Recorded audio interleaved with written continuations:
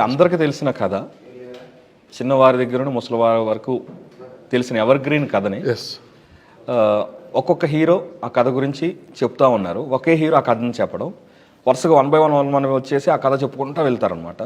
అనగనగనగా ఒక రాజు, ఆ రాజుకి 7 కొడుకులు. ఆ 7 కొడుకులు వేటకెళ్ళి 7 చేపలు తెచ్చారు. ఆ చేపల్ని ఎండబెట్టారు. కానీ ఆ 7 చేపల్లో ఒక చేప భలారే భలా ఎండలేదురా.